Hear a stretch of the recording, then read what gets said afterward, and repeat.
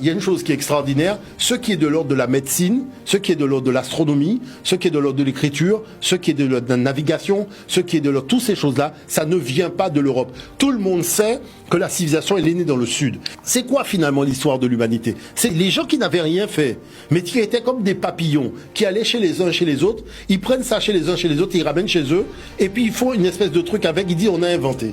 Et c'est le même problème qu'ont les historiens chinois. Les historiens chinois trouvent que c'est pathologique la façon dont l'historien occidental raconte l'histoire.